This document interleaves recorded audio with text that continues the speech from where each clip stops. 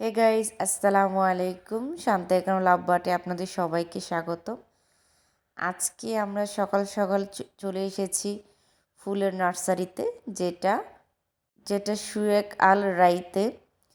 আমি আর ইকরাম চলে এসেছিলাম ফুলের গাছ দেখার জন্য, যেহেতু সামনে শীত চলে এসে এখনই কুয়েতে হালকা হালকা শীতের ভাব দেখা যাচ্ছে। এরকম হয়, শীতও না গরমও না, এরকম একটা পর্যায়ে আছে। আর এই সিজনে থেকে শুরু হয় ফুলের গাছ কেনা, ফুল কেনা। প্রত্যেকটা কুয়েতের বাসায় এরকম ফুলের গাছ কিনে নেওয়া হয়। আমরাও এসেছিলাম ফুল গাছ নিতে। আর ফুল গাছ এত পরিমাণ দাম এই সিজনে। এই গাছগুলো ছিল 15 কেডি, 18 কেডি, 22 কেডি, মানে এত পরিমাণ দাম ছিল। আমার তো মাথায় হাত। আমি বললাম যে, আমি ইকরামকে বলতেছিলাম যে এত ছোট ছোট গাছের দাম এত বেশি।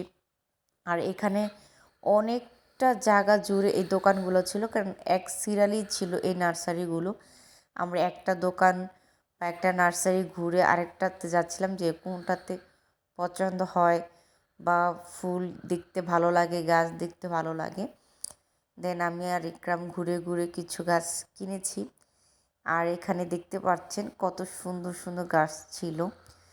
এত সুন্দর গাছ, মানে মানে ফুলের রাজ্যে চলে এসেছি এরকম মনে হচ্ছিল, যেহেতু এত ফুল গাছ ছিল।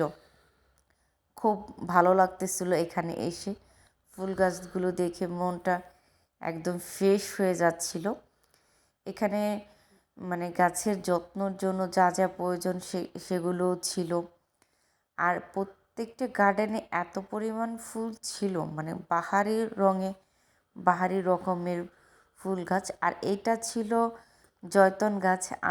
এই গাছটা আমি আগে দেখিনি।